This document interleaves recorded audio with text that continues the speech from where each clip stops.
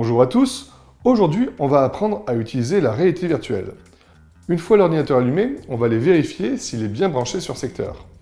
L'ordinateur doit être maintenu à jour. Il est important que Windows soit à jour, mais également la carte graphique. On se retrouve sur l'écran principal de Windows. Dans la barre des tâches, on va venir cliquer sur écran de démarrage. Puis, dans les paramètres, soit sur cette roue crantée, soit vous pouvez également la voir affichée en bas à côté du bouton marche et arrêt. Une fois que vous avez cliqué sur le bouton paramètres, vous vous rendez dans Windows Update et vous pouvez télécharger et installer la mise à jour.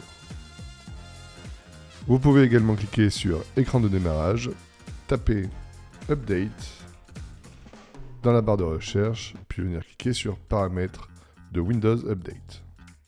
Pour mettre à jour NVIDIA, c'est également très simple. On va se rendre dans la flèche qui permet d'afficher les différentes icônes. On va faire un clic droit sur l'application NVIDIA, puis NVIDIA GeForce Experience.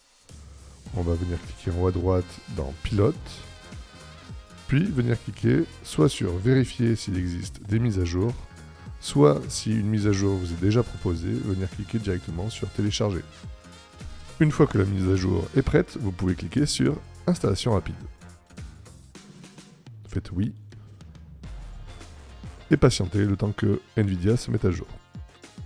Nous allons maintenant parler du casque. Les casques sans fil doivent d'abord être paramétrés. Pour cela, prenez-le, installez-le sur votre tête. Plusieurs panneaux vont vous inviter à paramétrer le casque. Je vous recommande de bien prendre votre temps et de lire chaque panneau. Une fois qu'on se retrouve sur le menu principal du casque, il va être important de vérifier qu'il y ait bien de la batterie à la fois dans le casque et dans la manette. Une fois que vous avez paramétré le casque, je vous invite à venir le brancher en câble USB, avec un côté USB 3, on les reconnaît avec la couleur bleue, et USB-C. On va d'abord brancher l'USB-C au casque.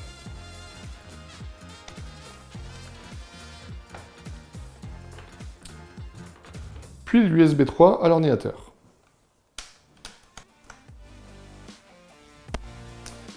Une fois l'ordinateur branché au casque, on va pouvoir retourner dans le casque. Il va alors nous demander d'autoriser les appareils connectés à accéder aux fichiers. On va faire autoriser.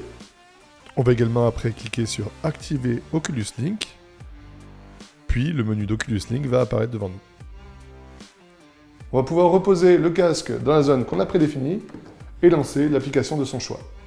Il est important de conserver la fenêtre Oculus ouverte afin que l'application puisse reconnaître le casque. Une fois que vous avez lancé la visite virtuelle, il ne vous reste plus qu'à appuyer sur la barre Espace de votre clavier pour passer en mode réalité virtuelle.